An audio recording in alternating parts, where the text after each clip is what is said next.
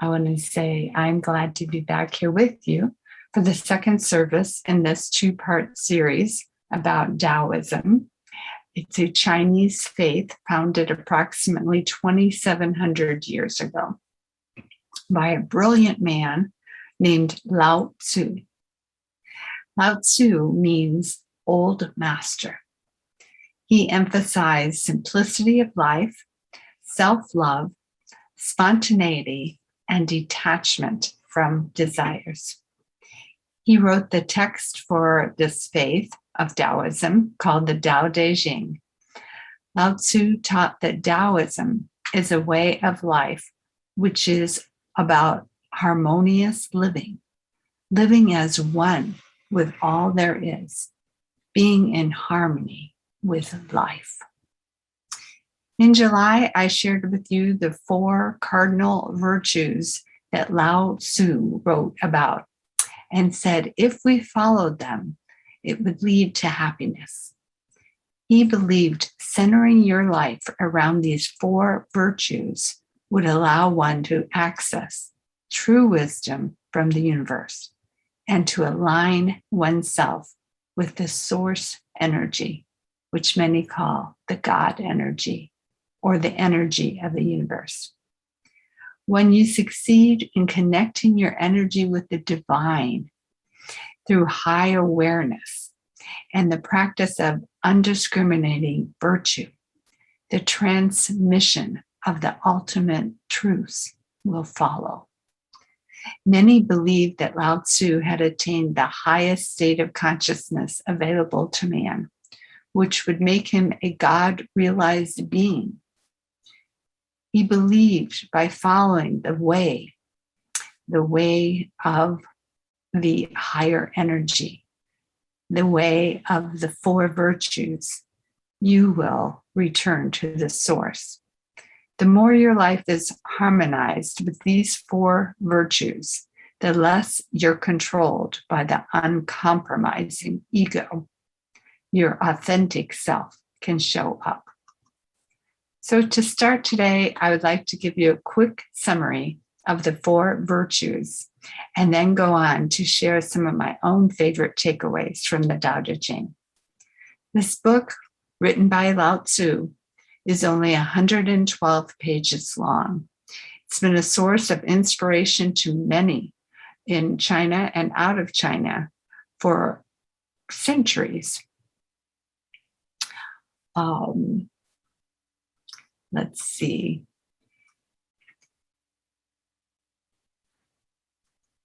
In fact, the Tao de Ching is one of the most translated works in world literature. It contains 81 brief chapters, and my computer keeps jumping around on me. I'm sorry. It contains 81 brief chapters, and it focuses on how we should live our life. It has deep wisdom about life, consciousness, human nature, and more. I think the Bible does this too, but it is approximately 1,200 pages long as compared to 112, with over 31,000 verses as compared to 81. So the Tao de Ching is much simpler and direct, which is coincidentally an example of how the Tao advises us to live, simply and direct. So if you are looking for a fast way to deepen your spirituality and your connection with the higher energy, the source, I may suggest that you pick up a copy of the Tao de Ching and study it. Meditate on each verse. You can get a copy at the library or on Amazon for only $7.99. The Tao of Pooh, Winnie the Pooh that is, will also help you understand the way. I'll begin today with a recap of the 4 cardinal virtues. The first one is to have reverence for all of life, including yourself. and everything on the planet and beyond. This virtue manifests as having unconditional love and positive regard for all creatures in the universe, starting with yourself, and then letting this love naturally flow out of you to others. This virtue says use kindness and respect at every turn. The second virtue is sincere integrity. We must develop the ability to be honest with ourselves and all others. This virtue manifests itself as honesty, simplicity, and authenticity, plus a basic claim to who you really are. It's an awareness of this.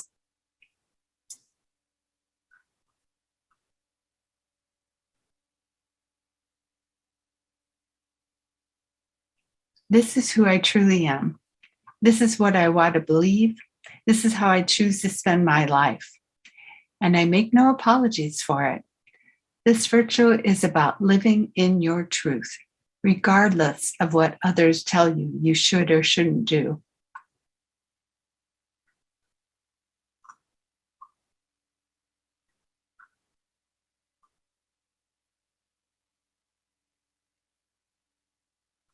I don't know why this keeps skipping around, but it does.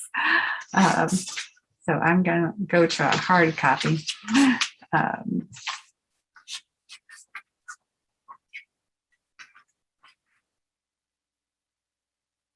This virtue, the second virtue, sincere integrity, is about learning to truly like yourself, like in our children's story today.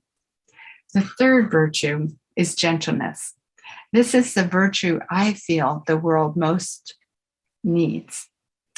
It includes kindness and being willing to step toward someone's pain and help them. Here is Lao Tzu.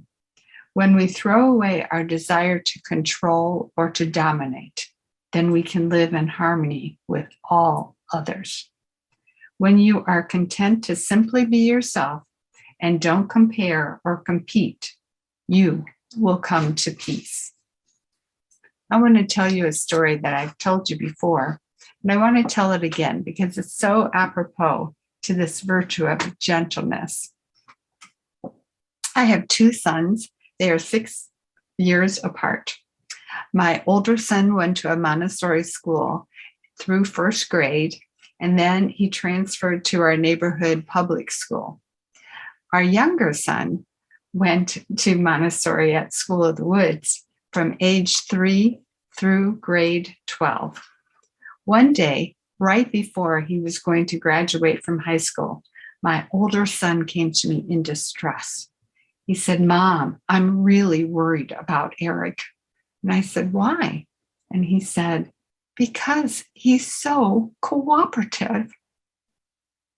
Now I thought to myself, that statement is wrong on so many levels. So I told my older son, "Honey, we all need to strive to be that cooperative." And he disagreed, saying the world is competitive and how is he ever going to make it? Well, it turns out he found a job as a wildland firefighter where cooperative is the key to survival. No one gets left behind. They are all watching out for each other. They all cooperate in felling trees, in carrying water and chainsaws, in helping each other up if they slip and fall, in sharing food. And it's just beautiful, this being cooperative and gentle with each other. Which leads me into the fourth virtue, being supportive of yourself, of others, of the planet. The Tao de Ching says, to realize the constancy and steadiness of your life is to realize the deep nature of the universe. You are safe. Every time you breathe, you take in some of the vast amount of oxygen that is here for us. Every time you watch a sunset, you can relax in the knowing that the sun will rise again tomorrow morning.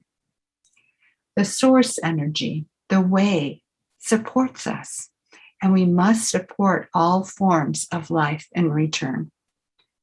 Remember the words of Albert Schweitzer from a college graduation commencement service that he gave. I don't know what you majored in. I don't know what you'll be. And I don't know what your vocation will be. But I do know this. The only ones of you who will be truly happy in this life are those who learn to serve, to be cooperative. Give your time, give your money, give your creativity to something that is important to you, something that calls out to you, and you will find peace and joy. This is the fourth cardinal virtue. Be supportive of yourself, of others, of the planet. In addition to teaching these four cardinal virtues, the central theme of the Tao is often said to be self-awareness. The Tao encourages us to be in touch with our own selves, particularly our deeper selves. For when you know who you really are, that is when you discover peace. It reminds me of a quote from the 20th century philosopher and teacher, Joseph Campbell, who said, "The privilege of a lifetime is being who you are." Lao Tzu would have concurred. The privilege of a lifetime is being who you are, the real you, the deep you, the inside you, the letting go of what people think about you and coming to know that you like yourself. It doesn't matter about your skin color or your gender or your sexual orientation or the size of your bank account. It only matters that you come to know who you actually are. Lao Tzu liked to compare different parts of nature to different virtues. He said the best people are like water, which benefits all things and does not compete with them. It stays in lowly places that others reject. This is why water is so similar to the way. Each part of nature can remind us of a quality to admire and ones that we should cultivate in ourselves. The strength of the mountains, the resilience of the trees, and the cheerfulness of the flowers. And may it be noted that Lao Tzu emphasized the importance of the fourth virtue most of all, being supportive and in service to others. When we say to the universe, "How can I serve?" the windows of heaven open. I started to practice this ritual about 2 weeks ago. How about you? Can you say it with me right now? We'll say it twice. It goes like this. Great source of the universe, how can I serve? And let's say it again. Great source of the universe, how can I serve? And then get quiet and the answer will come to you. So those are the four virtues, but there's so much more in this little book, the Tao de Ching. There are so many, many lessons. How many did I take away? I don't know. I could easily pick out 100 to share with you. But don't worry, for the sake of time, I just picked out a few. The first lesson I took away is that I have more to learn. I need to study this text and meditate on each of the verses. I encourage you to do the same. It's just full of golden nuggets. So what are some of the lessons that struck me? The most powerful one that struck me was stop trying. According to Lao Tzu, the way to do is to be. And he says, you are trying too hard. I wondered why he meant by that. So I looked for chances to stop trying. So now, when I'm suddenly aware that I'm trying to put a square peg into a round hole, I stop trying. I say to myself, stop trying, Patti, let go. Let things flow as they will. This has been a freeing experience for me to let go of the untrue responsibility that it's up to me to make the earth revolve a certain way and for things to come out a certain way, my way. I remind myself to stop trying. I remind myself there are many right answers. My sister and one of my brothers decided not to get the vaccine. I talked to another brother about this, and he said, I just decided I'm not going to try to get them to get it. Everything will unfold perfectly. And that's what I did as well. I stopped trying to get them to get it. Breathe deeply and slowly exhale. I practice saying to myself, things will unfold perfectly, even without my intervention. Actually, especially without my intervention. It really works. So try it. When you feel frustrated, stop trying. Another lesson that is so simple yet so difficult to do is in chapter 10, practice detachment. Having without possessing, acting with no expectations, leading and not trying to control. This is the supreme virtue. Tao de Ching, chapter 10. Think about that. Having without possessing, acting with no expectations, leading and not trying to control. This is the supreme virtue. I personally have a lot of work to do on this lesson because I always want to know how it's going to turn out. And I try to control things to get them to go my way. Have you ever done that? The Tao teaches us not to hold on to a specific outcome. Let the outcome be what it will be, being one with however it turns out. One example I have is my family reunion this past July. When my father suggested we have a family reunion with everyone, siblings and cousins and aunts and uncles, I said, okay, and I got on it and I asked everyone if they would be interested and when they could come. And I organized and I got 40 yeses. We're coming. And then slowly but surely, they dropped out. Most were about the virus. One had to go into emergency surgery.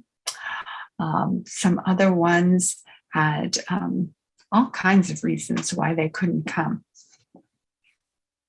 And so instead of having 40 people there, we had 9. We had a wonderful time. It's accepting what happened instead of being disappointed at what happened. I have another example for you. When my son's lease was up at his apartment here in Houston, and he had decided to move to Idaho, he announced he was selling or giving away all of his possessions. I, of course, was stunned and said, don't do that. You're going to need that furniture in your next place. But I had to tell myself, stop trying, be patient, and let it unfold the way life will have it unfold. He sold most of his furniture, plus many of the little things he had accumulated in his 25 years. Souvenirs, movies, toys, Nintendo games, clothing, coffee cups. He had his friends come over and take whatever they wanted. He said he wanted to practice detaching from stuff. He wanted to be like Gandhi, who died with less than 10 possessions. Coincidentally, The funeral I officiated just a couple of weeks ago was the same. The widow had tables set up with things from her husband, paintings, knickknacks, souvenirs, fishing gear, old cameras, etc. I got a little turtle. It's right here. I don't know if you can see it, but it's a little brass turtle. And it reminds me of the story, The Tortoise and the Hare. Every time I read that book, it comes out that the tortoise wins. Slow and steady win the race. So this little guy reminds me, my pace is fine. Even if I'm slower than other people, I'm still taking one step and one step and one step. He also reminds me of my sweet memories of my friend that died.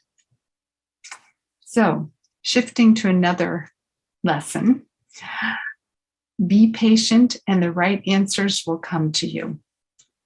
Do you have the patience, Lao Tzu asked, to wait until your mud settles and the water is clear?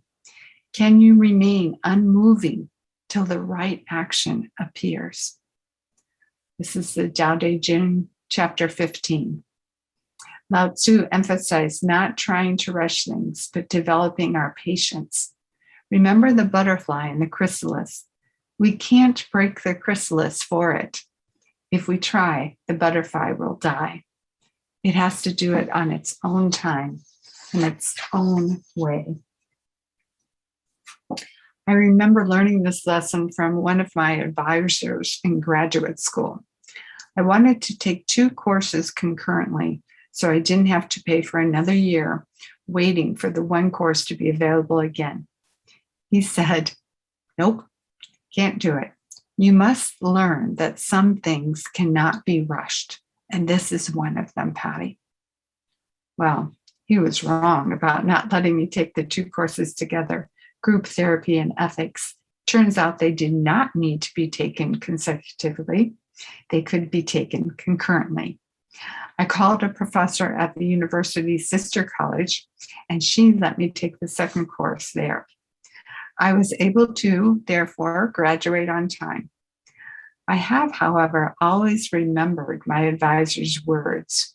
You must learn that some things cannot be rushed. Therapy is one of them. Love is one of them. Remember Diana Ross, who said, you can't hurry love. No, you just have to wait. Love don't come easy. It's a game of give and take. That is, the Tao teaches us we must have time and space for things to unfold naturally. If you find yourself trying to ram something through, be patient and stop trying. Here are other few lessons. Be firmly anchored in your inner self. If you let yourself be blown about to and fro, you lose touch with your roots. If you let restlessness move you, you lose touch with who you are. Chapter 26. Stay firmly anchored to your inner self. Again, come to know who you are. Chapter 27. Live in the process. Do not worry about the end result. Be as the traveler who has no fixed plans and is not intent upon arriving.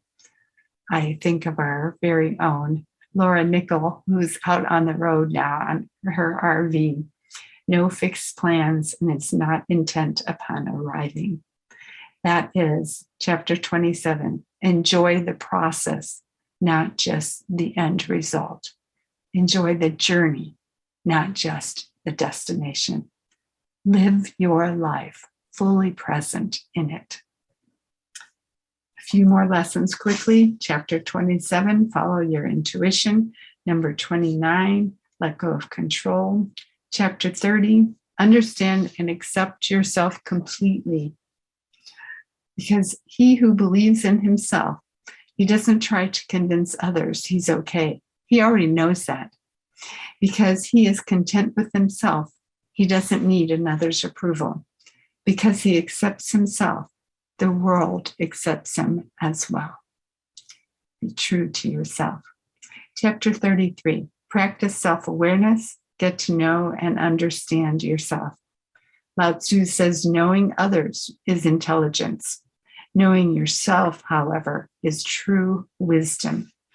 Mastering others is strength, but mastering yourself is true power. Then I particularly like the lesson in chapter 36. Focus on your work and not on others. Don't worry if someone else, what they think about your project and what you're excited about. Anthony Hopkins said, the actor said, my philosophy is it's none of my business what people say of me and think of me. I am what I am and I do what I do. I expect nothing and I accept everything. And it makes life so much easier. And then Rosetta Perez tells us in her book, The Music Is You, we dilute our dreams when they are shared prematurely with others. They don't see what we are envisioning. And so when they smile and say, oh, that's nice, a little part inside of us just dies because their eyes are saying, that's ridiculous. That's a crazy idea. Why do we set ourselves up for such psychic sabotage? Are you still waiting for approval before you sing your song? No guts, no glory applies to a lot more than sports, which brings us to the next lesson. Chapter 46, see through the illusion of fearful thoughts. There is no greater illusion than fear. Whoever can see through all fear will always be safe. Chapter 46. In this 12-step programs, they say fear is false evidence appearing real. Lao Tzu, 2,700 years ago, knew this. He wrote in chapter 21, always be open to learning. In chapter 24, realize how little you know. Knowing you don't know something is actually true knowledge. Presuming you know everything is actually a disease. First, realize that you are sick, then you can move toward health, says Lao Tzu. In chapter 71, he says, tell yourself and others the truth. When you don't know the answer, simply say, sorry, I don't know. And that's enough. Chapter 67, be simple, have patience, and practice compassion. Lao Tzu said, I have just 3 things to teach: simplicity, patience, and compassion. These 3 are your greatest treasures. Nurture them. Chapter 44, feel gratitude for what is. Be content with what you have. Rejoice in the way things are. See the light in everything and everyone. When you realize there is nothing lacking, the whole world belongs to you. Chapter 29, do not hold on to anything. Chapter 74, if you realize that all things change, there is nothing you will try to hold on to. We must peacefully practice letting go of things and sometimes people, especially toxic people, letting them go from our lives. Chapter 42, spend time in solitude. Ordinary men hate solitude, but the master makes use of it, embracing his aloneness, realizing he is one with the whole universe. Oh, there's so much in this book, so much more. One last favorite lesson is to renounce ceaseless thinking and your problems will end. This is echoed throughout the text. Tame your restless mind until you attain perfect harmony. If you can empty your mind of thoughts, your heart will know the tranquility of peace. Of course, to empty the mind of thoughts, it's like trying to empty the ocean of water. Fortunately, that's not necessary. What we need to do is simply cease getting pulled in by our thoughts. We allow them to come and go, and don't get too swept away by them. Echoing his early advice, Lao Tzu says, be like nature, bend with the wind, and flow like the water.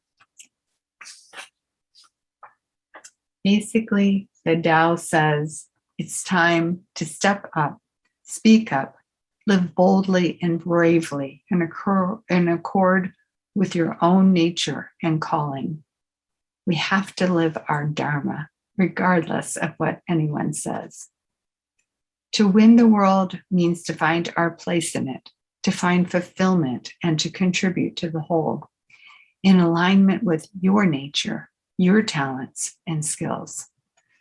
That's a slightly more holistic take on life than our culture's general mode of going out there guns blazing, trying to compete, conquer, and win, even if it's at the detriment of others.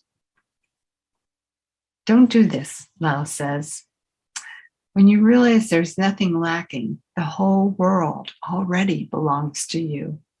When you realize you have enough, you are truly rich. What we let go of is our ambitions, our greed, and the gratuitousness need for more. Gratitude fosters compassion, and compassion is the one thing the world needs more of. When action is driven by compassion, everyone wins. And now the final verse from Lao Tzu. We save the world not by conquering it or trying to come out on top, but by giving something back. His work has been immortalized, and much of it stands today as a timeless reminder of what it means to live full to one's potential and character, and to give back to the world. I want to close today's sermon with verse 64 of the Tao de Ching. The great pine grows from a tiny seedling. A tower starts with just a single brick, and a journey of 1,000 miles begins with just a single step. So remember, it's not too late to become your authentic self. If you previously let a dream slip by, go back and get it. Take that first step towards it today. When tomorrow comes, take one more. May it be so. Blessed be, and amen.